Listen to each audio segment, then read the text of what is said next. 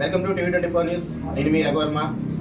ఈ నెల 31వ తారీఖున జరగబోయే ఐటీసీ పిఎస్పీడీ ఎన్నికల్లో భాగంగా మన భద్రాద్రి కొత్తగూడెం జిల్లా బూర్గంపాటి మండలం సారపాకలో ఐఎన్టీసీ మిత్రపక్షాలు సారపాకలో యూనియన్ ఆఫీస్ ని ప్రారంభించడం జరిగింది. ఈ యూనియన్ ఆఫీస్ ప్రారంభానికి ముఖ్య అతిథులుగా పొందెం వీరయ్య మరియు పాయం వెంకటేశ్వర్లు గారు, భద్రాచలం ఎమ్మెల్యే తెల్లం వెంకటరావు గారు ముఖ్య అతిథులుగా వీచేశారు. వీరికి ఐఎన్టీసీ అధ్యక్షులు గోనె రామారావు గారు, ప్రధాన కార్యదర్శి యారం పిచ్చిరెడ్డి గారు ఘనంగా స్వాగతం పలికారు. అదేవిధంగా జెండాను కూడా ఆవిష్కరించి ఎన్నికల కార్యాలయం ప్రారంభించారు.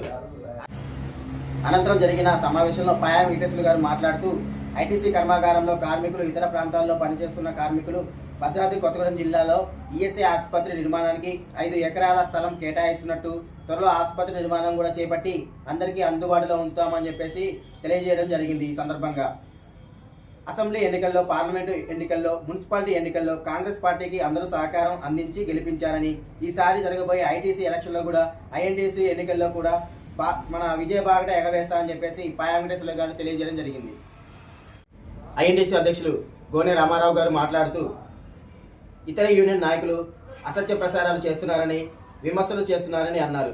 వారి గురించి మాట్లాడడం తమకు ఇష్టం లేదని, కార్మికులందరికీ తెలుసని, 14వ వేతన ఒప్పందం అందరికీ మంచి జరిగే విధంగా చేస్తున్నట్లు పేర్కొన్నారు. అనంతరం ప్రధాన కార్యదర్శి యారం పిచ్చిరెడ్డి గారు మాట్లాడుతూ ఐటీసీ కర్మాగారంలో కార్మికులు అన్ని రకాల మంచి అగ్రిమెంట్ చేసింది ఐఎన్టీసీ మాత్రమేనని, అది అందరికీ తెలుసని పేర్కొన్నారు.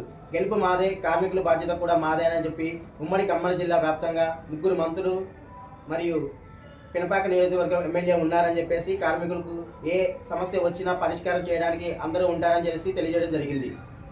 అదేవిధంగా ఐఎన్టీఎస్ మరియు కాంగ్రెస్ మార వెంకటేశ్వర రెడ్డి గారు మాట్లాడుతూ మేము ఎవరి జోలికి వెళ్ళమని, మా జోలికి ఎవరైనా వస్తే ఖబర్దార్ జాగ్రత్త అంటూ హెచ్చరికలు జారీ చేశారు. పొందెం వీరయ్య గారు మాట్లాడుతూ రాష్ట్రంలో ప్రభుత్వం ఉందని, కాంగ్రెస్ ప్రభుత్వం అండగా ఉంటుందని, కార్మికులు ఈసారి 757 మెజారిటీతో ఐటీసీ కర్మాగారంలో కాంగ్రెస్ జెండా ఎగరవేయాలని, కార్మిక సంఘాన్ని గెలిపించాలని చెప్పేసి ఈ సందర్భంగా తెలియజేసుకోవడం జరిగింది.